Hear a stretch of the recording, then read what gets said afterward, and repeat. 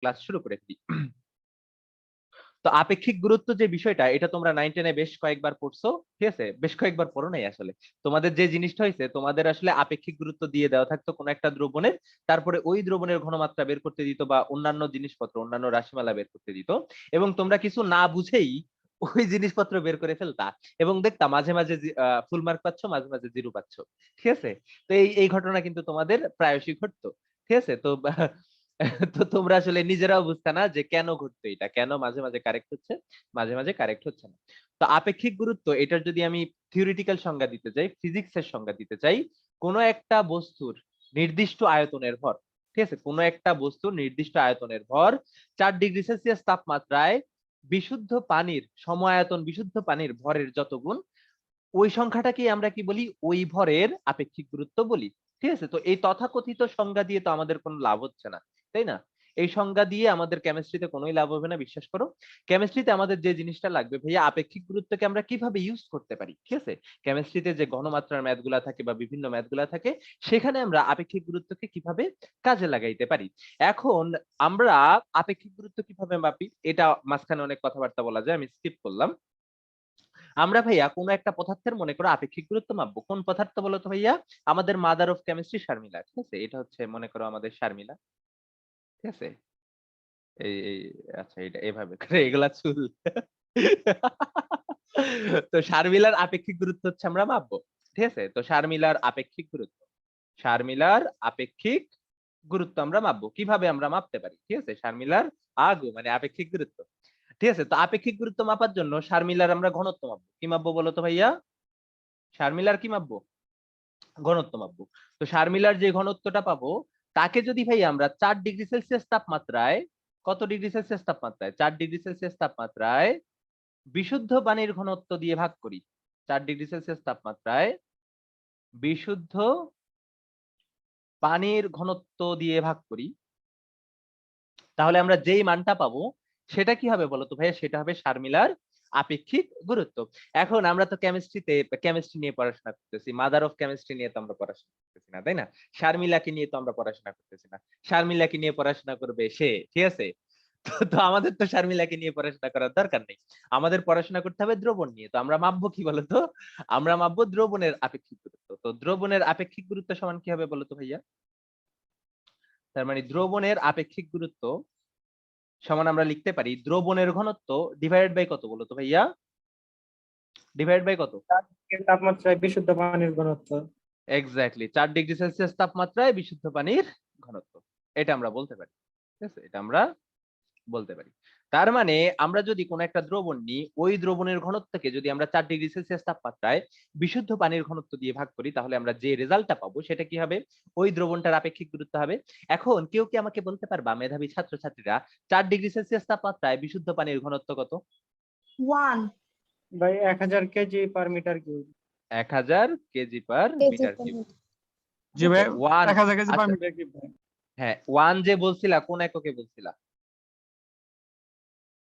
1 যে বলছিলা কোন এককে বলছিলা? ভাইয়া একক তো মনে নাই। তাইলে গ্রাম হবে পার না। মিলিলিটার হবে ভাই। হ্যাঁ, ওয়ান। গ্রাম পার মিলিলিটারে। খালেদ সাইফুল্লাহ। রিফাত, অনেকদিন পরে আসছো তুমি, তোমার কলেজের কি অবস্থা বলো তো? এই তো ভাই চলতেছে ভাই, পূজারও বন্ধ দেয় না এবার, একদিনের বন্ধ মাত্র। পূজার বন্ধ একদিনের দিছে? সর্বনাশ। আচ্ছা, ওই কাদের মোল্লা সিটি কলেজ না? জি ভাইয়া, তাদের হোস্টেলে তো মনে হয় বেশ কড়াকড়ি চলে। হোস্টেল থেকে বাইরে হয়ে পড়ছি ভাই। আমি আমি শুনছিলাম ভাই, বাসা থেকে নিয়ে যায় হোস্টেলে, রেজাল্ট খারাপ করলে হোস্টেলেই টাকা লাগবে তো। এই টাইপের করে নাকি, এটা কি সত্য? সেটা তো ভাই জানি না ভাই, হোস্টেলে যাই আমি কে আমি ভাই, শুনছিলাম আব্দুল কাদের মিটে মোল্লা গেছে সিটি ভাই কলেজে পুরোপুরি। রেজাল্ট খারাপ হলে নাকি বাসা থেকে হোস্টেল নিয়ে যায়, হোস্টেল থেকে পড়াশোনা করতে হবে তো। ঠিক আছে, এরকম করে নাকি আমি শুনছি, আমি শিওর না, ঠিক আছে, আমি শিওর না। হোস্টেল থেকে ভাই বাইরে হইতে গেলে অনেক প্যারা ভাই, ঢোকা অনেক সহজ কিন্তু বাইরে নিয়ে অনেক কঠিন। হুম, এবার বেড়াতে ভালোই বেড়াতে, আর ওইখান থেকে রেজাল্টও ভালো হয় মোটামুটি মাঝে মাঝে, জি অনেক ভালো ভাইয়া। ভালো যায় চান্স পায়। তো 1000 কেজি পার মিটার কিউব কি বিশুদ্ধ পানির ঘনত্ব 4°C তাপমাত্রায়। আচ্ছা, দ্রবণের আপেক্ষিক গুরুত্বের একক কি হবে বলো? একক কি হবে? দেখো, নাই ঘনত্ব আর ভাইয়া নাই। ঘনত্বের অনুপাত, ঠিক আছে, ঘনত্ব দিয়ে ভাই ঘনত্ব ভাই ভাগ করলে একক একক কি হয়ে যাবে, কাটাকাটি হয়ে যাবে, তার মানে আমাদের কোনো একক নাই। ঠিক আছে, তো একক নিয়ে আমাদের চিন্তা ভাবনা করা লাগবে না। তাহলে 4°C তাপমাত্রায় বিশুদ্ধ পানির ঘনত্ব হচ্ছে কেজি পার মিটার কিউব। ভাইয়া আমরা যখন দ্রবণ নিয়ে আলোচনা করি তখন কেজি, মিটার কিউব এই জিনিসপত্রগুলো কি আমরা ইউজ করি না, আমরা ইউজ করি গ্রাম, লিটার, মিলিলিটার এগুলা। এখন এই কেজি পার মিটার কিউবকে আমি যদি তোমাদেরকে বলি যে ভাইয়া গ্রাম পার মিলিলিটারে নিয়ে যাও অথবা গ্রাম পার সেন্টিমিটার কিউবে নিয়ে যাও, তোমরা নিতে পারবা না? একই কথা, মিলিলিটার সেন্টিমিটার কিউব কিন্তু একই কথা। 1 মিলিলিটার সমান 1 সেন্টিমিটার কিউব। আচ্ছা, তাহলে চলো আমরা গ্রাম পার মিলিলিটারে নিয়ে যাই, দেখি কত মান পাই। ঠিক আছে, তাহলে 1000 এর জায়গায় 1000 থাকবে। কেজি পার মিটার কিউবকে আমরা লিখতে পারি KG divided by metre cube. তো কেজি কে আমরা লিখতে পারি 1 কেজি, মিটার কিউব কে আমরা লিখতে পারি 1 মিটার কিউব। এখন বলো তো ভাই, আমাদের উদ্দেশ্য হচ্ছে কেজি কে কোথায় নিয়ে যাব, গ্রামে নিয়ে যাব। 1 কেজি সমান আমরা কি লিখতে পারি, 1000 গ্রাম। গ্রাম লিখতে পারি। ঠিক আছে, বলো তো 1 মিটার কিউব সমান কত কত লিটার? 1000 লিটার না ভাইয়া? 1 জি মিটার কিউব ভাইয়া। সমান কিন্তু 1000 লিটার। আবার 1000 লিটার সমান কত মিলিলিটার হবে? 1 লিটার সমান 1000 মিলিলিটার, তাহলে 1000 ইনটু 1000 মিলিলিটার হবে। এখন আমরা যদি আয়তনটা 1 মিটার কিউবকে আমরা যদি মিলিলিটার এককে নিতে যাই, তাহলে আমাদের কত চলে আসে? 1000 ইনটু কত, 1000 মিলিলিটার। তাহলে উপরে চলে আসলো গ্রাম, নিচে চলে আসলো মিলিলিটার। দেখো ভাইয়া 1000 1000 কাটা, 1000 1000 কাটা, বাকি থাকে কি 1। তার মানে 1 গ্রাম পার মিলিলিটার। তার মানে 4°C তাপমাত্রায় বিশুদ্ধ পানির ঘনত্ব আমরা কত বলতে পারি? ভাই 1 গ্রাম পার মিলিলিটার। 1 গ্রাম পার মিলিলিটার বলতে পারি। ঠিক আছে, তার মানে 4°C তাপমাত্রায় বিশুদ্ধ পানির যে ঘনমাত্রা সেটা আমরা কত, ঘনত্ব সেটা আমরা কত বলতে পারি, 1 গ্রাম পার মিলিলিটার বলতে পারি। তাহলে 4°C তাপমাত্রায় বিশুদ্ধ পানির ঘনত্ব সেটা আমরা কত লিখতে পারি, সেটা আমরা লিখতে পারি 1 গ্রাম পার মিলিলিটার। তাহলে আমরা যদি ভাইয়া ওই পানির ঘনত্ব গ্রাম পার মিলিলিটারে ইউজ করি, তাহলে ঘনত্ব কোন একক ইউজ করা লাগবে, গ্রাম পার মিলিলিটারে ইউজ করা লাগবে, সেম হইতে হবে, নইলে তো আর আপেক্ষিক গুরুত্ব হচ্ছে না। তাহলে বলো তো ভাইয়া, আমরা কি বলতে পারি না দ্রবণের আপেক্ষিক গুরুত্ব সমান দ্রবণের ঘনত্ব? বলতে পারি? বলতে পারি ভাইয়া, দ্রবণের আপেক্ষিক গুরুত্ব সমান দ্রবণের ঘনত্ব বলতে পারি, বলো? ভাইয়া জি হ্যাঁ বলতে ভাইয়া পারি, বলতে পারি। বাট একটা শর্ত আছে, শর্তটা কি বলতো? শর্তটা কি? গ্রাম পার মিলিলিটার মান হতে হবে। ঘনত্বটা মাপতে হবে কোন এককে, গ্রাম পার মিলিলিটার এককে। তুমি যদি কেজি পার মিটার কিউব এককে ঘনত্ব মাপতা, তাহলে কি সমান হইতো ভাইয়া? হ্যাঁ, না, না ভাইয়া। কেজি পার মিটার কিউবে মাপলে কিন্তু তোমার সমান হইতো না। এটা ছোট করা যায় না, তো যাই হোক। তার মানে তুমি কি বলতে পারো, কোন একটি দ্রবণের, লিখে ফেলো এটা, এটা আমার সাথে সাথে লিখে ফেলো, দ্রবণের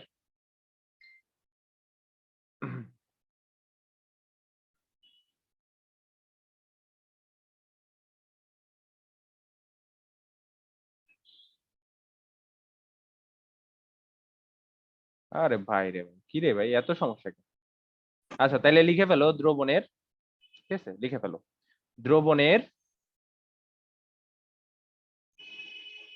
গ্রাম পার মিলিলিটার এককে, গ্রাম পার মিলিলিটার এককে ঘনত্বের মান, ঘনত্বের মান, ঘনত্বের মান দ্রবণের কার সমান, দ্রবণের আপেক্ষিক গুরুত্বের সমান। এটা মুভ করতেছে, আমি লিখতেছি আবার আবার ডিভাইসে মুভ করতেছে, আমিও দেখাইতেছি নাচতেছে।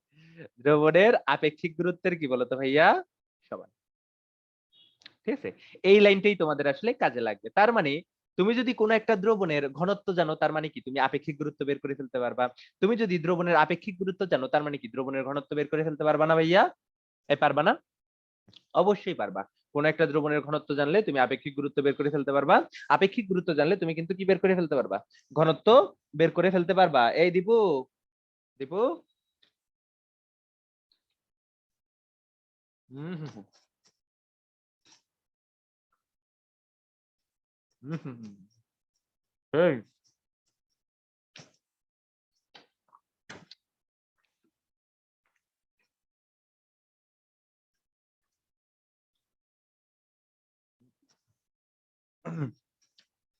তাহলে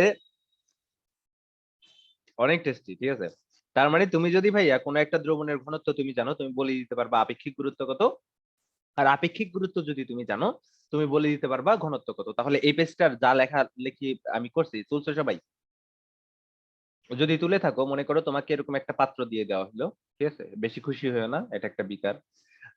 পাত্রের নাম শুনে পোলাপান খুশি হয়ে যায়, এই বুঝি বিসিএস ক্যাডারের কথা বলবে ভাইয়া, ঠিক আছে। তো না, এরকম না। তো এটা হচ্ছে একটা পাত্র, এখানে একটা দ্রবণ আছে, ঠিক আছে ভাইয়া। এখানে কি আছে, একটা দ্রবণ আছে।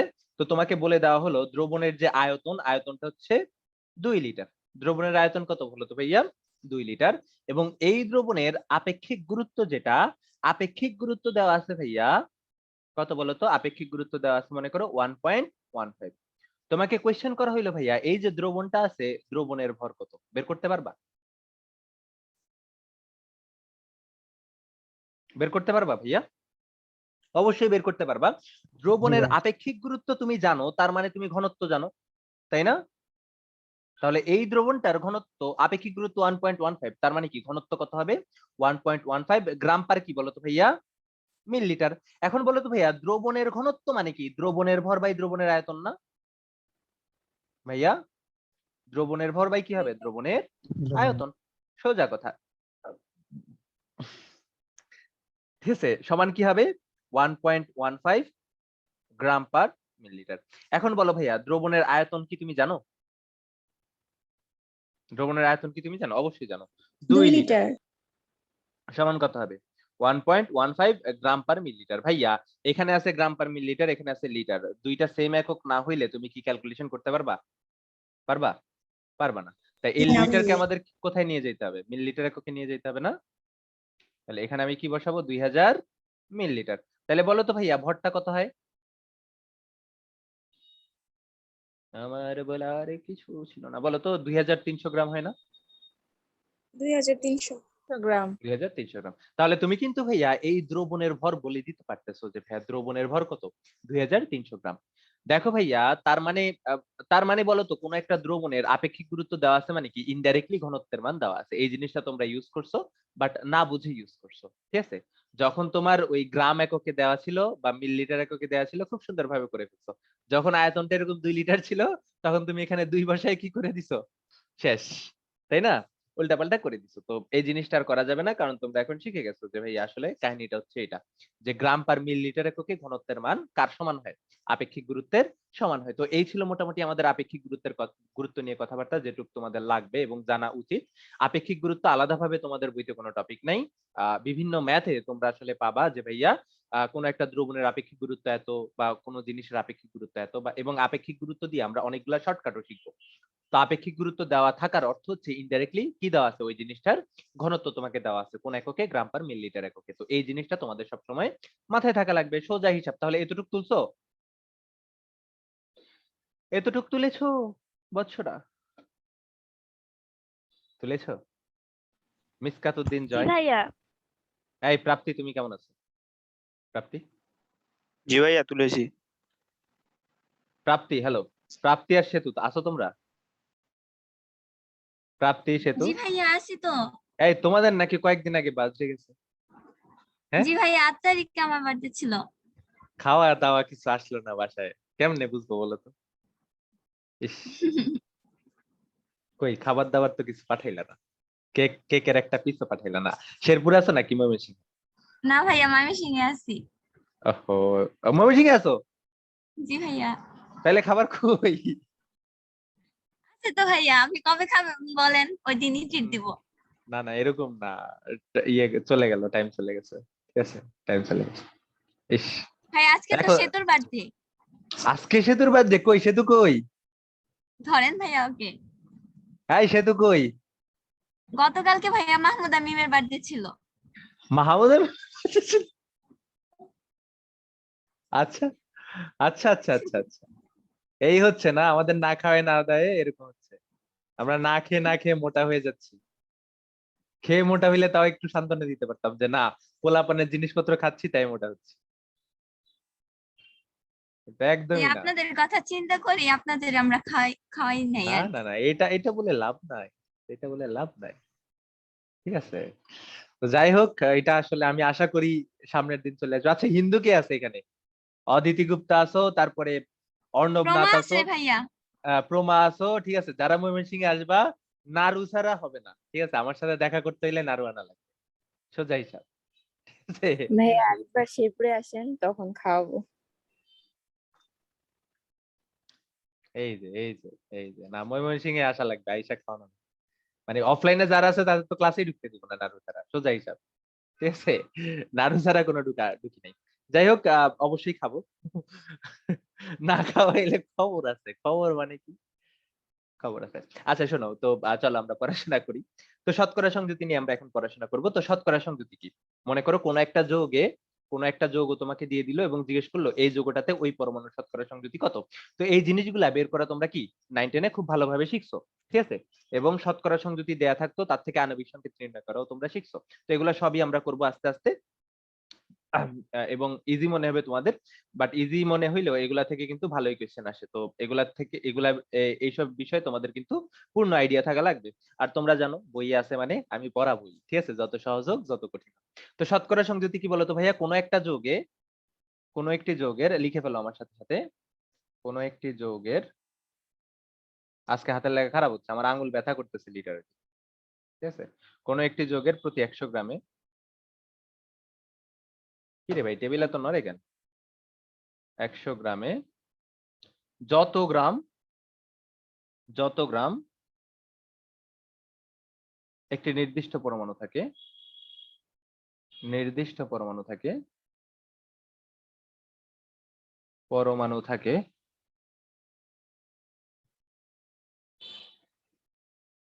আমার হাতের লেখা বেশি বাজে হইতেছে। তাকে কি বলা হয়? তাকে ওই পরমাণুর ওই যৌগের শতকরা সংযুতি বলে। তাকে ওই পরমাণুর ওই যৌগে শতকরা সংযুতি বলে। ওই যৌগে শতকরা সংযুতি বলে। তো এগুলার সংজ্ঞা তোমাদের জীবনেও আসবে না, মুখস্থ করে লাভ নাই। তোমাদের আসলে কিছু লিখে দিলেই মনে হয় যে মুখস্থ করা লাগবে, এরকমটা না। একবার রিডিং করে সামনের দিকে আগাও, ঠিক আছে?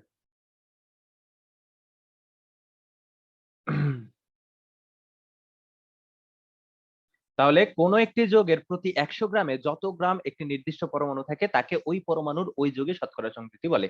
তো বিষয়টা দিয়ে আসলে বোঝাইছে এটা, ঠিক আছে? মনে করো ভাইয়া তুমি একটা যৌগ নিলা, যৌগটা হচ্ছে এরকম যে HCl, কেমন? তুমি HCl নামে একটা যৌগ নিলা।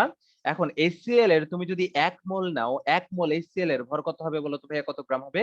অবশ্যই তার আণবিক ভরের সমান গ্রাম এককে 36.5 গ্রাম। এখন বলো তো ভাইয়া 1 মোল HCl নিলে 36.5 গ্রাম তুমি কি পাবা? HCl টা পাবা। তার মধ্যে বলো তো ভাইয়া হাইড্রোজেন কত গ্রাম থাকবে? হাইড্রোজেন কত গ্রাম থাকবে বলো? কত গ্রাম? 1 গ্রাম। অবশ্যই 1 গ্রাম থাকবে, তাই না? অবশ্যই 1 গ্রাম থাকবে। তার মানে তুমি কিন্তু বলে দিতে পারতেছো ভাইয়া এই যৌগটার প্রতি 36.5 গ্রামের ভিতরে হাইড্রোজেন কত গ্রাম আছে? 1 গ্রাম বলে দিতে পারো না? একদম। 1 গ্রাম। জি ভাই। তাহলে বলো তো ভাইয়া 1 গ্রামের ভিতরে কত গ্রাম থাকবে? 1/36.5। তাহলে বলো তো ভাইয়া 100 গ্রামের ভিতরে কত গ্রাম থাকবে? 1/36.5 ইন্টু কত বলো তো ভাইয়া? 100। 100। এটাই কি বলতো ভাইয়া? এটাই, এই যে যৌগটা, এই যৌগে হাইড্রোজেনের কি শতকরা সংযুতি মান কত আসবে বলতো ভাইয়া? 2.73। এই টাইপের আসে কিনা দেখো তো। এই টাইপের 2.7। আসে? আচ্ছা, এই টাইপেরই আছে। তাহলে এই যৌগটাতে হাইড্রোজেনের শতকরা সংযুতি কত বলবো আমরা? 2.73%। তাহলে শতকরা সংযুতি কি বুঝতে পারছো ভাইয়া? অবশ্যই বুঝতে পারছো, তাই না? তাহলে বলো তো কোন একটা পরমাণুর শতকরা সংযুতি আমরা কিভাবে বলি, কিভাবে বের করি? ওই পরমাণুটার, যৌগটাতে ওই পরমাণুটার টোটাল ভর, পারমাণবিক ভর, তাকে আমরা ভাগ করি কি দিয়ে বলো তো ভাইয়া? আণবিক ভর দিয়ে, তাই না? যৌগটার আণবিক ভর দিয়ে তার সাথে আমরা কি গুণ করি? 100 গুণ করি। তাহলে আমরা কি পেয়ে যাই? যে জিনিসটা পাই সেটা কি? ওইটা ওই পরমাণুর শতকরা সংযুতি। তাহলে চলো আমরা একটা উদাহরণ দেখে ফেলি। মনে করো Fe3O4, ঠিক আছে? এই যৌগটাতে আমরা আয়রনের শতকরা সংযুতি বের করব। কিভাবে বের করব? আয়রনের টোটাল পারমাণবিক ভর। দেখো ভাইয়া এখানে আয়রন আছে কয়টা? 3টা। এবং প্রত্যেকটা আয়রনের পারমাণবিক ভর কত? 55.85। একটু পরে পড়া ধরবো আমি। তোমাদের ওই পারমাণবিক ভরের লিস্ট লিখে দিছিলাম না ভাইয়া? অনলাইনে লিখে দিছিলাম পারমাণবিক ভরের লিস্ট, মুখস্থ করতে হবে। না ভাইয়া। আচ্ছা এখনই একটু পরেই লিখে দিব, ঠিক আছে? তো ওইটা তোমাদের মনে রাখা লাগবে। কেমন? তো 3 ইন্টু কত? 55.85। এটা কার ভর? আয়রনের টোটাল ভর। এবং আণবিক ভর কত বলতো ভাইয়া? টোটাল আণবিক ভর হচ্ছে 3 ইন্টু 55.85 যোগ কত বলতো ভাইয়া? যোগ হচ্ছে 4 ইন্টু কত? 16। তার সাথে গুণ করব কত দিয়ে? 100%। এটাই কি হবে? এই যৌগটাতে আয়রনের শতকরা সংযুতি হবে। বের করে বলো তো ভাইয়া কত পার্সেন্ট হয়? তাড়াতাড়ি কত পার্সেন্ট হয়? কত পার্সেন্ট হয়? তাড়াতাড়ি বের করো।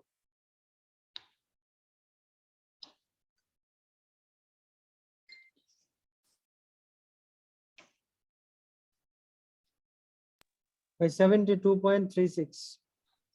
আরেকটু পরে বলো।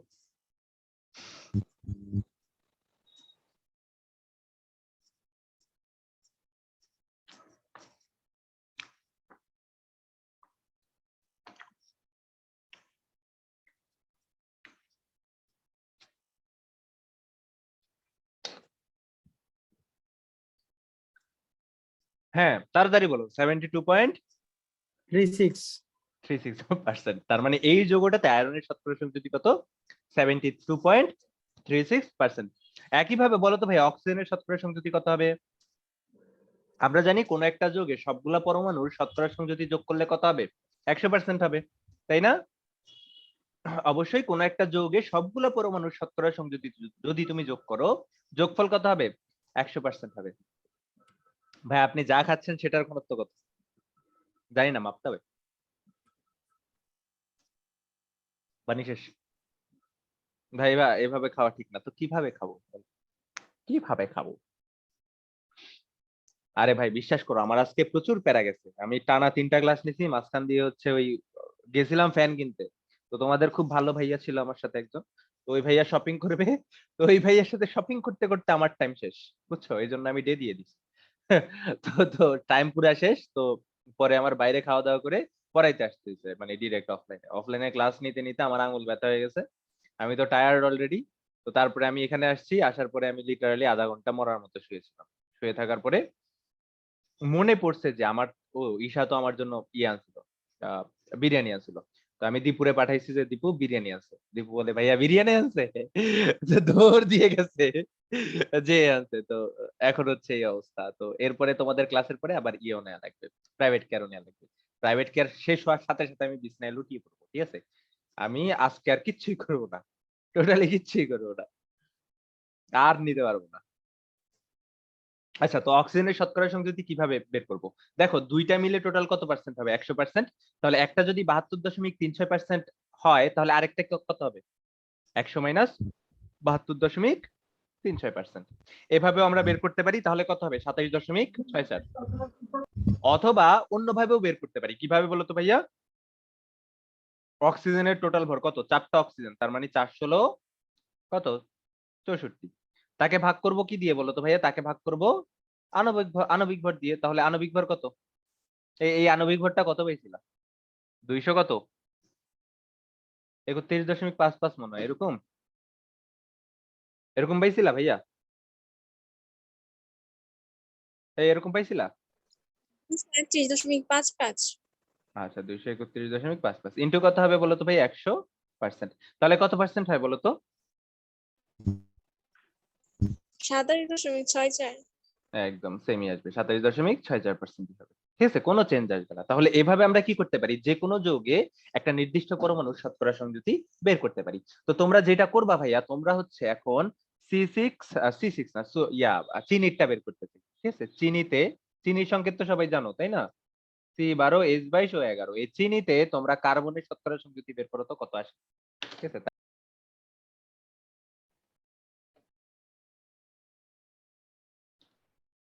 এই নেট চলে গেছিল নাকি?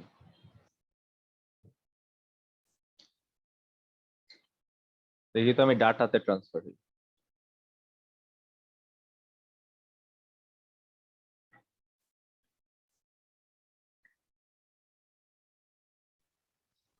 বিয়াল্লিশ দশমিক 42.11%।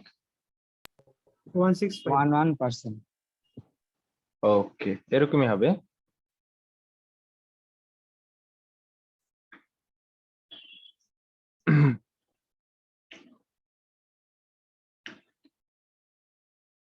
আচ্ছা, তাহলে চলো আমরা দেখে ফেলি কত পার্সেন্ট হয়। তো দেখো ভাই এটা কিভাবে বের করবা? সেম, একদম সেম প্রসেস, কোনো ভিন্ন প্রসেস নাই।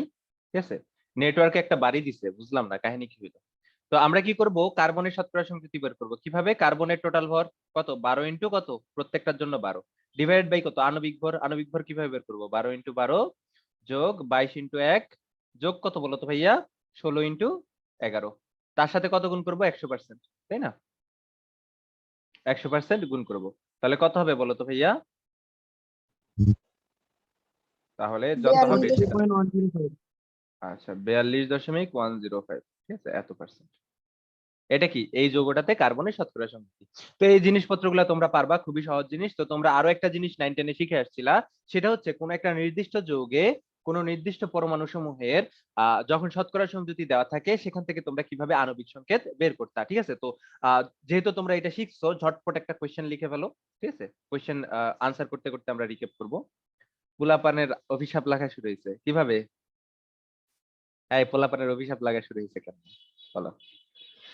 আমি এত তোমাদের ভালো ভাইয়া, আমাকে কি অভিশাপ দিতে পারো তোমরা? ভাইয়া এর আগে স্লাইডে একটু জানতো।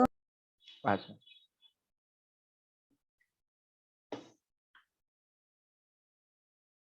ওকে ভাইয়া। স্ক্রিনশট নিছো? হ্যাঁ হ্যাঁ, স্ক্রিনশট নিছো?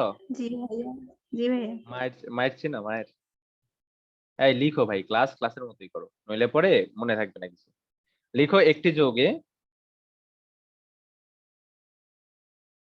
যৌগে কত পার্সেন্ট, 61.02%, 61.02% কার্বন, ঠিক আছে? তারপরে হচ্ছে 15.25% হাইড্রোজেন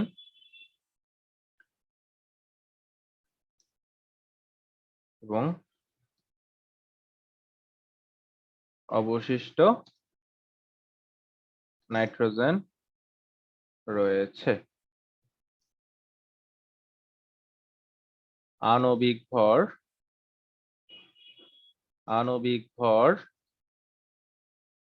118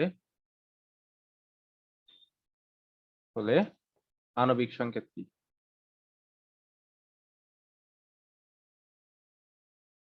সংকেত নির্ণয় করো, ঠিক আছে? সংকেত নির্ণয় করো। এটা তোমরা 9 10 এ খুব সুন্দরভাবে করছো, তাই না ভাইয়া? এই টাইপের ম্যাথ খুব সুন্দরভাবে করার কথা তোমাদের, ঠিক আছে? তাহলে এই টাইপের ম্যাথ তোমরা কিভাবে করতে আমি বলি। তোমরা যেটা করতে ভাইয়া, প্রথমে প্রত্যেকটা আচ্ছা, কোশ্চেন লিখছো সবাই? জি ভাইয়া। আচ্ছা, তো তোমরা যেটা করতা, তোমরা হচ্ছে প্রথম স্টেপে প্রত্যেকটার শতকরা সংযুতিকে তাদের নিজ নিজ পারমাণবিক ভর দিয়ে ভাগ করতাম। ভাগ করে কি পেতে, একটা ভাগফল পাইতা। ওই ভাগফলকে সর্বনিম্ন বা ক্ষুদ্রতম ভাগফল দিয়ে আবার ভাগ করতাম। তারপরে কিছু কি পাইতা, সংখ্যা পাইতা। ওই সংখ্যাগুলাকে পূর্ণ সংখ্যা বানাইতা কোন একটা সংখ্যা দিয়ে গুণ করে, ঠিক আছে? পূর্ণ সংখ্যা বানানোর পরে তোমরা কি পাইতা বলো তো ভাই? স্থূল সংকেত পাইতা।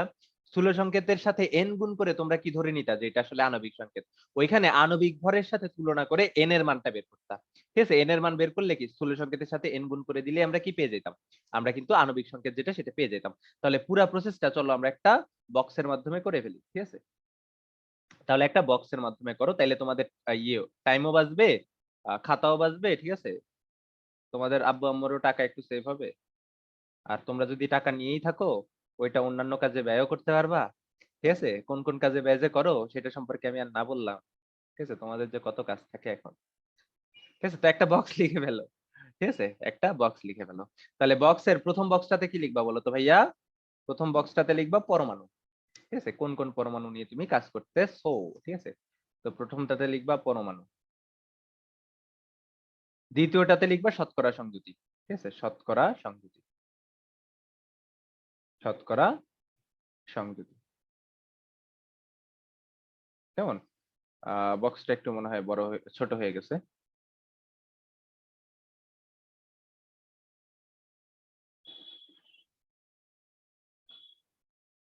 ওরে বাবারে, এমন কেন হয় বলো তো? এমন কেন খেলো আমায় নিয়ে। আচ্ছা, তারপরটা লিখবা শতকরা সংযুতি। পরেরটাতে কি লিখবা বলো তো ভাইয়া? পরেরটাতে লিখবা হচ্ছে শতকরা সংযুতিকে নিজ নিজ পারমাণবিক ভর দিয়ে ভাগ করবা, ঠিক আছে? এটা আর ইউজ করা যাবে না নাকি? আচ্ছা হয়েছে, গুড। আচ্ছা পরেরটাতে লিখবা শতকরা সংযুতি ভাগ কত? শতকরা সংযুতি ভাগ হচ্ছে নিজ নিজ পারমাণবিক ভর, ঠিক আছে, নিজ নিজ পারমাণবিক ভর। এটা হচ্ছে কত? Third line. তারপরেরটা কি লিখবা বলো তো ভাইয়া? ভাগফল। এখানে যে ভাগফল গুলা পাইছো তাকে কি করবা? ক্ষুদ্রতম ভাগফল দিয়ে ভাগ করবা। তাহলে ভাগফল ভাগ কত? ক্ষুদ্রতম ভাগফল, ঠিক আছে, ক্ষুদ্রতম ভাগফল। ভাগফল। তো এই ভাগফল গুলা তো পূর্ণ সংখ্যা নাও আসতে পারে, তো এই পূর্ণ সংখ্যা গুলাকে কি বানাইতে হবে? পূর্ণ সংখ্যা বানাইতে হবে। তো পূর্ণ সংখ্যা বানাবা পরের স্টেপে যে, তাহলে পরের স্টেপে যে কি করবা? পূর্ণ সংখ্যা বানাবা। তো পূর্ণ সংখ্যা বানিয়ে, ঠিক আছে, পূর্ণ সংখ্যা বানিয়ে, ঠিক আছে। তো পূর্ণ সংখ্যা বানাইলা, পূর্ণ সংখ্যা বানাইলে তুমি কি পেয়ে যাবা? তুমি কিন্তু স্থূল সংকেত যেটা সেটা পেয়ে যাবা, ঠিক আছে, সুন্দর। তো পরের স্টেপে কি পাবা? স্থূল সংকেত, স্থূল সংকেত।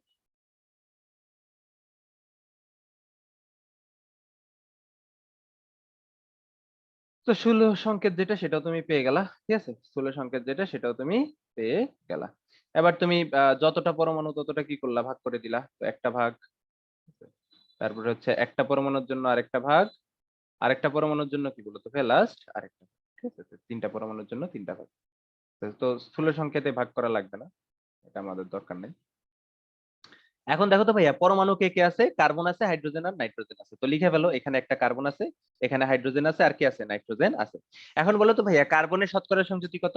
61.02%। তারপরে কার্বনের বলতেছি, তো হাইড্রোজেনের কত বলো তো ভাইয়া? 15.25%। কেউ কি আমাকে বলতে পারবা তাহলে নাইট্রোজেনের শতকরা সংযুতি কত হবে? ভাই 23.73%। অবশ্যই অবশ্যই, তিনটা মিলাই কি হবে? 100% হবে। তিনটা মিলাই যদি 100% হয়, তাহলে কার্বন কত গেল? 61.02। তার থেকে কত বিয়োগ দিব? 15.25। তাহলে কত হয়? 23 পয়েন্ট কত? শূন্য ভাই 73। 23.73 না? তাহলে 23.73%। এটা কার বলো তো ভাই? এটা হচ্ছে নাইট্রোজেনের শতকরা সংযুতি হবে, ঠিক আছে। তাহলে আমরা সবার শতকরা সংযুতি পেয়ে গেলাম। তো পরের স্টেপে আমরা কি করব? শতকরা সংযুতিকে নিজ নিজ পারমাণবিক ভর দিয়ে ভাগ করব। তাহলে বলো তো ভাইয়া, কার্বনের শতকরা সংযুতি হচ্ছে 61.02। এটাকে ভাগ করব কি? কার্বনের পারমাণবিক ভর দিয়ে 12 দিয়ে ভাগ করলে কত হয়? ভাগ করলে কত হয়? 5.085। 5.085, ঠিক আছে। তারপরে হাইড্রোজেনের হচ্ছে 15.25, তাকে ভাগ করব কত দিয়ে? 1 দিয়ে, তাই না? তাহলে কত হয়? 15.25, তাই না? তারপরে নাইট্রোজেনের হচ্ছে 23.73, তাকে ভাগ করব কত দিয়ে? 14 দিয়ে, তাই না? তো 14 দিয়ে ভাগ করলে ভাগফল কত হবে? 1.695। 1.695। এই যে ভাগফল গুলা পাইছো, ভাগফলকে কি দিয়ে ভাগ করবা? ক্ষুদ্রতম ভাগফল দিয়ে ভাগ করবা। তো এই তিনটা ভাগফলের মধ্যে ক্ষুদ্রতম ভাগফলকে 1.695। তাহলে তিনটাকেই কত দিয়ে ভাগ করবা? 1.695 দিয়ে ভাগ করবা। তাহলে 5.085 কে যদি আমরা 1.695 দিয়ে ভাগ করি, কত হবে ভাগফল? 3 আসে না? জি ভাইয়া। 3 আসে, 3 আসে। তারপরে 15.25 কে যদি আমরা 1.695 দিয়ে ভাগ করি, কত আসে? 8.99, 8.99 এরকম, মানে 9 আসে, তাই না? সোজা কথা, 9 আসে। তারপরে 1.695 কে আমরা 1.695 দিয়ে ভাগ করব, কত আসে? 1। এখন বলো তো ভাই, আমরা তো পূর্ণ সংখ্যা পেয়ে গেছি। পূর্ণ সংখ্যা পাওয়ার পরে এটাকে কি আমাদের পূর্ণ সংখ্যা বানাইতে হবে আবার? দরকার নেই। তাহলে 391। তাহলে বলো তো স্থূল সংকেত কি হবে? বলো তো স্থূল সংকেত কি হবে? C3H9N। এই যে কার্বন আছে 3টা, তাহলে C3, তারপরে হাইড্রোজেন আছে 9টা, নাইট্রোজেন আছে কয়টা? একটা। তো এটা হবে আমাদের কি? স্থূল সংকেত। এটা হচ্ছে কি আমাদের স্থূল সংকেত। তো স্থূল সংকেত পেয়ে গেছি। তো আমাদের তাহলে আণবিক সংকেত আমরা কি ধরতাম? সুতরাং আণবিক সংকেত কি হবে বলো তো ভাইয়া? কি হবে? আণবিক সংকেত হবে এই যে C3H9N, তার সাথে কত গুণ করব? N দিয়ে গুণ করব। কেন বলো তো ভাইয়া? মনে করো আমি গ্লুকোজ নিলাম, C6H12O6। এটা কি? এটা হচ্ছে ভাইয়া গ্লুকোজের আণবিক সংকেত। তাহলে এই যৌগটার স্থূল সংকেত কি হবে? স্থূল সংকেত আমরা বের করি কিভাবে বলো তো ভাইয়া? আমরা যত সংখ্যা এই সবগুলা থেকে কমন নেওয়া যায় সবগুলা ওই সংখ্যাটা কি করি কমন নিই। তো এখান থেকে কত কমন যায়? 6 কমন যায়। 6 কমন গেলে হয় CH2। CH2O। হ্যাঁ, তাহলে এই যে গ্লুকোজের স্থূল সংকেত কতটুকু হবে? এতটুকু হবে। এবং এই স্থূল সংকেতের সাথে আমরা একটা কি করতেছি? স্বাভাবিক সংখ্যা গুণ করতেছি, গুণ করে আমরা কি পাচ্ছি? আণবিক সংকেত পাচ্ছি। তো গ্লুকোজের ক্ষেত্রে এই স্বাভাবিক সংখ্যাটা 6, অন্যান্য যৌগের জন্য তো 6 নাও হইতে পারে। কি হবে সেটা তো আমরা জানি না। তো আমরা ধরে নিলাম ওই সংখ্যাটা কত? n। এখন বলো তো ভাই, আমরা যদি আণবিক সংকেতটা ধরে নিই তাহলে আণবিক ভর বের করতে পারবো না? বের জি করতে ভাইয়া। পারবো না? সুতরাং আণবিক ভর কত হবে? আণবিক ভর ইজ ইকুয়াল টু হবে কত? কার্বন হচ্ছে 3টা, তাহলে 12 ইনটু 3 যোগ হাইড্রোজেন হচ্ছে 9টা, তাহলে 9 ইনটু 1 যোগ কত? 14। তার সাথে গুণাকারে কত আছে? n। এই ইয়াসমিন তোমার, আচ্ছা, তো আণবিক ভর সমান কত দেওয়া আছে কোশ্চেনে বলো তো ভাই? 118। এখান থেকে n এর মান কত বলো তো ভাইয়া? দেখো তো 2 পাওয়া যায় কিনা? ভাই 2। 2। জি ভাই। তাহলে বলো তো আণবিক সংকেত কত হবে? C3H9N। তাইলে 2 দিয়ে যদি তুমি গুণ করো তাহলে কত পাবা? C6H18N2। C6H18N2। এটা কি হবে আমাদের আণবিক সংকেত, এটাই কি আমাদের আনসার। তো এটা তোমাদের আমি কেন শিখাইছি ভাইয়া? কারণ এই টাইপের একটা কোশ্চেন তোমাদের চুয়েটে 2 বার আসছে। ঠিক আছে, তো যেহেতু 2 বার আসছে তো তোমরা 9-10-এ কি শিখছিলা সেটা আমি তোমাদের একটু শিখাই ফেলছি। এখন চুয়েটে কোনটা আসছে চলো এটা দেখে ফেলি। তাও এটা তুলছো? চুয়েটে একদম হুবহু এই টাইপেরই একটা আসছে। ভাইয়া হ্যাঁ ভাইয়া বলো। এই আণবিক সংকেত কমন নিয়ে স্থূল সংকেত বানাইছেন যদি আবার একটু বলেন না। মনে করো ভাইয়া C6H12O6 এটা কি আমাদের আণবিক সংকেত। তো স্থূল সংকেত কি? ক্ষুদ্রতম অনুপাত যেটা, ঠিক আছে, কোন একটা যৌগে পরমাণু সমূহের ক্ষুদ্রতম অনুপাত নিয়ে তুমি যে গঠনটা পাবা, মানে যেই যৌগটা পাবা সেটা হচ্ছে স্থূল সংকেত। এখন ক্ষুদ্রতম অনুপাত তুমি কিভাবে পাবা? এখান থেকে কি করবা? যেই সংখ্যাটা হাইয়েস্ট কমন নেওয়া যায় সেই সংখ্যাটা কমন নিয়ে নিবা। যেমন এখান থেকে আমরা কত কমন নিতে পারি? সবগুলা থেকে 6 কমন নিতে পারি না? 6 কমন নিতে পারি না? জি ভাই। অবশ্যই 6 কমন নিতে পারি। তাহলে 6 কমন নিলে এটা থাকবে কয়টা কার্বন? একটা কার্বন, তাই না? ভিতরে গুণ হইলে তো C6 হয়ে যাবে, তাই না? আবার হাইড্রোজেন আগে ছিল 12, 6 কমন নিয়ে নিছো তাহলে কত হয়ে যাবে? 2 হয়ে যাবে। এই 6 আর 2 গুণ করলে কত হয়? 12 হয়। আবার অক্সিজেন কত হয়ে যাবে? একটা হয়ে যাবে। তো এই ভিতরের যেটা পাইছো কমন নেওয়ার পরে এটা কি? এটা হচ্ছে আমাদের শেষ স্থূল সংকেত, ঠিক আছে? স্থূল সংকেত।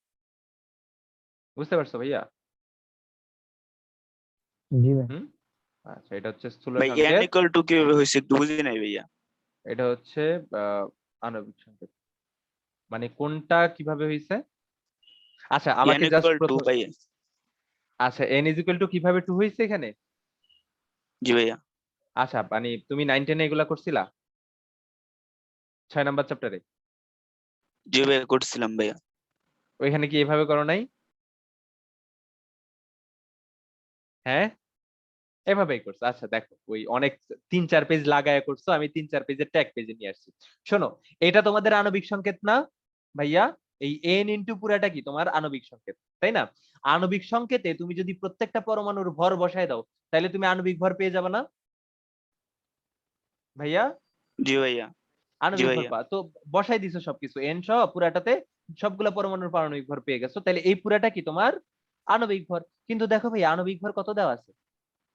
কত? 118 দেওয়া আছে না? হ্যাঁ, জি ভাইয়া। তো এই যে 118 বসাই দিছো, 118 বসাই দিলে এখানে চলক কি আছে? শুধুমাত্র n।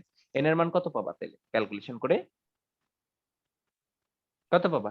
ও দেখো আচ্ছা ক্যালকুলেশন ভাই, করে বুঝছি 2 ভাই। আসে, ঠিক আছে? তো এইভাবে করছো আর কি তোমরা 9-10 এ। তো না পারলে আসলে না পারলে সমস্যা আছে, ঠিক আছে এগুলা। এইটা মানে এই টাইপের ম্যাথ গুলো হচ্ছে এমন ম্যাথ যেগুলা করে 9-10 এ মানুষ কেমিস্ট্রিকে ভালোবাসে, ঠিক আছে? মনে হয় যে এত সোজা জিনিসপত্র, ও কত মজা পাচ্ছি। তো সেম ম্যাথটাই আমরা করব ভাইয়া, মানে একদম হুবহু এই সেম ম্যাথটাই আমাদের কি আসছে, কোথায় আসছে? চুয়েটে আসছে, বাট একটু ভিন্ন আঙ্গিকে, ঠিক আছে? তো ভিন্ন আঙ্গিক কেন বলতেছি ভাইয়া? এখানে কিছু ইনফরমেশন কম দেওয়া আছে। এখানে আণবিক ভর যেটা সেটা দেওয়া নেই। কি দেওয়া আছে জানো? এখানে দেওয়া আছে এসটিপি তে, এসটিপি তে এই গ্যাসটির, এই গ্যাসটির 1 লিটারের ভর, 1 লিটারের ভর 2.63 গ্রাম, ঠিক আছে? 2.63 গ্রাম ভর 2.63 গ্রাম বলছে আণবিক সংকেত নির্ণয় করো, ঠিক আছে? আণবিক সংকেত নির্ণয় করো। এটা চুয়েটে 2 বার আসছে।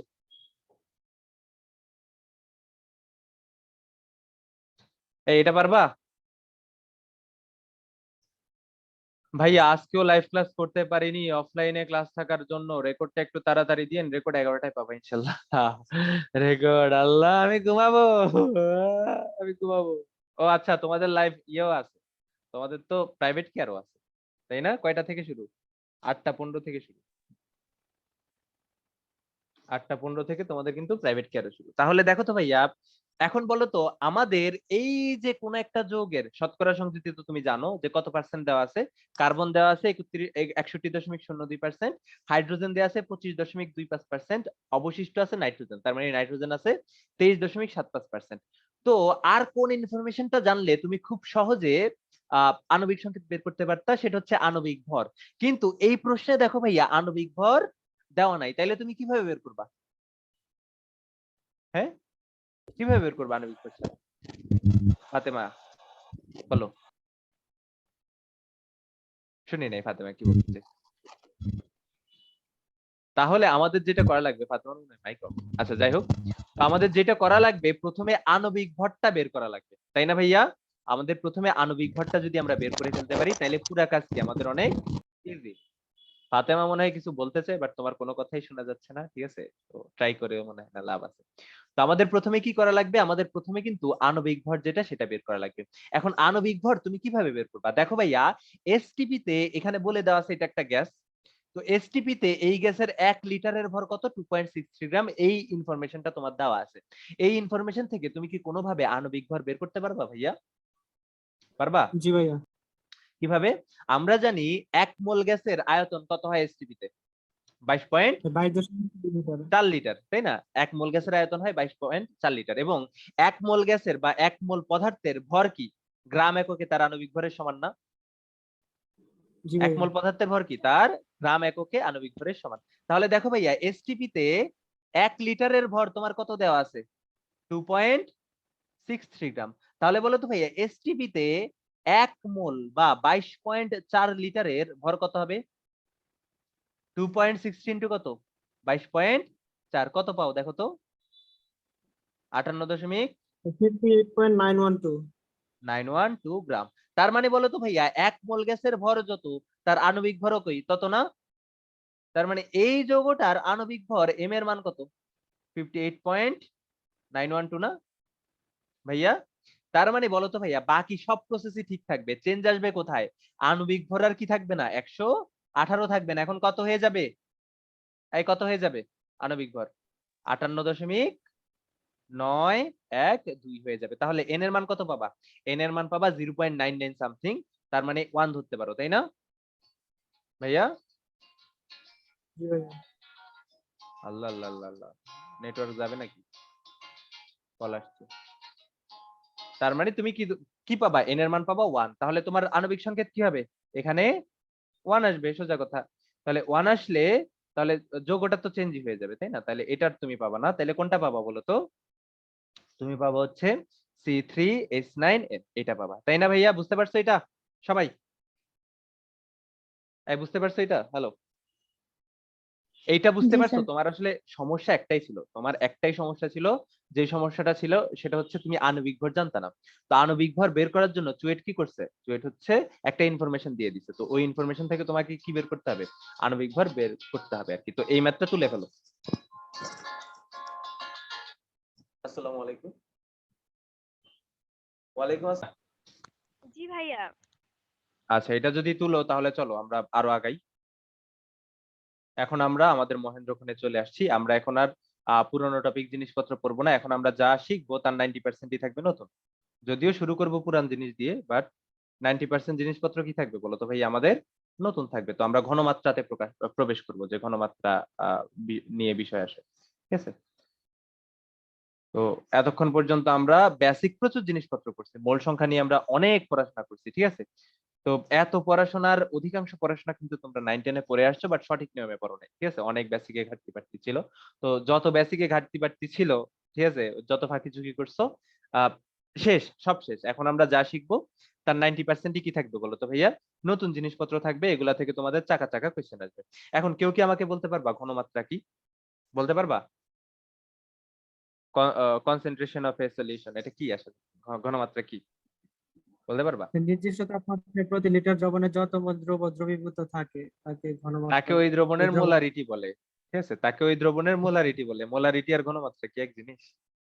শোনো, মোলারিটি ঘনমাত্রা প্রকাশের একটা পদ্ধতি মাত্র। ঘনমাত্রা প্রকাশের এরকম মোলারিটির মতো আরো আরো 10-12টা পদ্ধতি আছে, ঠিক আছে? তো ঘনমাত্রা কি? ঘনমাত্রা হচ্ছে একটা রাশি, যেই রাশির সাহায্যে আমরা কোনো একটা দ্রবণে কি পরিমাণ দ্রব্য আছে দ্রবীভূত আকারে সেটা জানতে পারি। তার মানে কোনো একটা দ্রবণে কি পরিমাণ দ্রব্য দ্রবীভূত আছে সেটা যে রাশির মাধ্যমে আমরা নির্ণয় করি তাকে কি বলা হয়? ওই দ্রবণের ঘনমাত্রা বলা হয়। এবং ঘনমাত্রা প্রকাশের কি আছে বলতো ভাইয়া? অনেকগুলা পদ্ধতি আছে, ঠিক আছে? অনেকগুলা পদ্ধতি আছে, লাখ লাখ হাজার হাজার পদ্ধতি আছে, ঠিক আছে? তো সবার শুরুতে আমরা যে পদ্ধতি নিয়ে আলোচনা করব সেটা হচ্ছে কি বলতো ভাইয়া? মোলারিটি, ঠিক আছে? মোলারিটি হচ্ছে জাস্ট কি ঘনমাত্রা প্রকাশের একটা পদ্ধতি। মোলারিটি ঘনমাত্রা না। মোলারিটির পরে আমরা শিখবো ভাইয়া ঘনমাত্রাকে কিন্তু অন্যান্য এককে প্রকাশ করা যায়। যেমন ইতিপূর্বে যখন আমরা দ্রাব্যতা পড়তেছিলাম তখন মোলারিটিকে আমরা গ্রাম পার লিটার এককে প্রকাশ করছি, তাই না? মানে ঘনমাত্রাকে আমরা গ্রাম পার লিটার এককে প্রকাশ করছি। তো গ্রাম পার লিটার একক ছাড়াও গ্রাম পার মিল লিটারেও কি করা যায়? ঘনমাত্রাকে প্রকাশ করা যায়। ইভেন কেজি পার লিটার এককেও কি করা যায়? কোন একটা দ্রবণের ঘনমাত্রাকে প্রকাশ করা যায়। ভাইয়া ঘনত্বের সাথে এটার ডিফারেন্স আছে। ঘনত্ব নির্ণয় করার জন্য তোমার দ্রব্য দ্রাবক এসব হিসাব করা লাগে না, বাট ঘনমাত্রা হিসাব করার জন্য এই গ্রামটা একটা রাশির জন্য, লিটারটা আরেকটা রাশির জন্য অনেক ডিফারেন্স আছে, ঠিক আছে? ঘনত্বের সাথে মিলায় না, ঠিক আছে? ঘনমাত্রা আমরা এই সকল এককেও কি করতে পারি? আমরা পরিমাপ করতে পারি, ঠিক আছে? তো এছাড়াও তোমরা যারা খুব বেশি বই পড়ছো, মানে বই ভালোভাবে পড়ছো, তোমরা কিন্তু গ্রাম পার ডেসিলিটার দিয়েও কি করছো? ঘনমাত্রা প্রকাশ করছো, ঠিক আছে? এটা পাইছো গ্রাম পার ডেসিলিটার, ঠিক আছে? পাইছো? পাওয়ার কথা, হ্যাঁ ভাইয়া, মিলি পাওয়ার কথা। হ্যাঁ, ডেসিলিটার আকারেও তোমরা ঘনমাত্রা পাইছো। তার মানে এরকম অসংখ্য এককে আমরা কি করতে পারি? ঘনমাত্রা নির্ণয় করতে পারি। তো এককের ট্রান্সফার যদি তোমরা পারো, মানে এককের ট্রান্সফরমেশন কিভাবে করা যায়, একটু আগে আমরা কেজি পার মিটার কিউব থেকে যেভাবে গ্রাম পার মিল লিটারে নিছি, ওইভাবে তোমরা যদি এককের ট্রান্সফরমেশন করতে পারো তাহলে এই জিনিসপত্রগুলো তোমাদের জন্য অনেক বেশি ইজি হবে, ঠিক আছে? খুব বেশি কমপ্লেক্স জিনিসপত্র না। তো মোলারিটির পরে, এগুলা শেখার পরে আমরা শিখবো মোলালিটি নিয়ে। কি নিয়ে বলো তো ভাইয়া? মোলালিটি নিয়ে। তো মোলালিটি নিয়ে পড়াশোনা শেষ করার পরে আমরা শিখবো কি নিয়ে বলো তো ভাইয়া? আমরা শিখবো পিপিএম নিয়ে, ঠিক আছে? তারপরে শিখবো পিপিবি নিয়ে, তারপরে আমি হালকা করে পিপিটি নিয়েও বলে দিব, ঠিক আছে? তো পিপিটি নিয়ে খুব বেশি আলোচনা করব না, যতটা পিপিএম পিপিবি নিয়ে করব। তো এই তিনটা পদ্ধতিতেও আমরা কি করতে পারি? ঘনমাত্রা নির্ণয় করতে পারি। এরপরে আমরা নির্ণয় করতে পারি কোন পদ্ধতিতে বলো তো ভাইয়া? শতকরা পদ্ধতিতে, ঠিক আছে? এখন শতকরা পদ্ধতির আবার কথা আছে। শতকরা পদ্ধতিতে অনেক ভাবে ঘনমাত্রা নির্ণয় করা যায়। প্রথম যেটা সেটা হচ্ছে W/V আকারে, তারপরে W/W আকারে, তারপরে কি বলতো ভাইয়া? V/W আকারে, এবং কি বলতো ভাইয়া? V/V আকারে। এই চারটা পদ্ধতিতে আমরা কি করতে পারি? শতকরা পদ্ধতির মাধ্যমে ঘনমাত্রাকে প্রকাশ করতে পারি। তো শতকরা মাধ্যমে ঘনমাত্রা প্রকাশের পরে আমরা শিখবো হচ্ছে নরমালিটি নিয়ে। তো নরমালিটি জিনিসটা তোমাদের জন্য খুব ইম্পর্টেন্ট, কারণ নরমালিটি পড়ানোর সময় আমি তুল্য সংখ্যা তুল্যভর নিয়ে পড়াশোনা করাবো, ঠিক আছে? এবং তুল্য সংখ্যা তুল্যভর তোমাদের খুব কাজে লাগবে। তো নরমালিটি নিয়ে পড়াশোনা করানোর পরে আমরা কি নিয়ে পড়বো বলতো? সবার শেষে ফর্মালিটি নামে আরেকটা জিনিস তোমাদের পুরাতন বইতে ছিল। আমার যদি মন মেজাজ ভালো থাকে আমি পড়াবো, নইলে দরকার নাই, তোমাদের বইতে যেহেতু নাই তো এটা নিয়ে খুব বেশি জানারও প্রয়োজন নাই। তো আমরা কিন্তু ঘনমাত্রাকে কি করতে পারি? এই অনেকগুলা পদ্ধতিতে প্রকাশ করতে পারি। মোলারিটিতে প্রকাশ করতে পারি, গ্রাম পার লিটার এককে প্রকাশ করতে পারি, গ্রাম পার মিল লিটার এককে প্রকাশ করতে পারি। তারপরে কি বলতো ভাইয়া? পিপিএম পিপিবি পিপিটি নিয়ে প্রকাশ করতে পারি, শতকরা পদ্ধতিতে প্রকাশ করতে পারি, নরমালিটি এককে প্রকাশ করতে পারি, ফর্মালিটি এককেও প্রকাশ করতে পারি। এরকম অনেকগুলা পদ্ধতিতে আমরা কি করতে পারি? কোন একটা দ্রবণের ঘনমাত্রা নির্ণয় করতে পারি। তার মধ্যে চলো তো ভাইয়া মোলারিটি নিয়ে হালকা পাতলা একটু আলোচনা করে ফেলি, ঠিক আছে? চলো মোলারিটি নিয়ে আমরা একটু হালকা পাতলা আলোচনা করে ফেলি। তাহলে টাইটেল দিয়ে ফেলো মোলারিটি।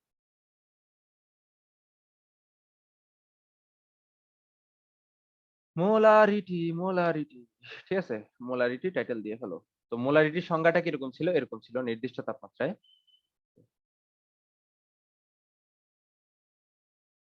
যদি কেড়ে নিতে বলো কবিতাটা সাক্ষাৎ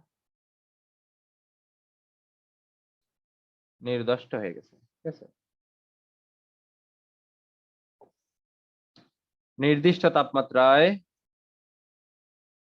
প্রতি লিটার দ্রবণে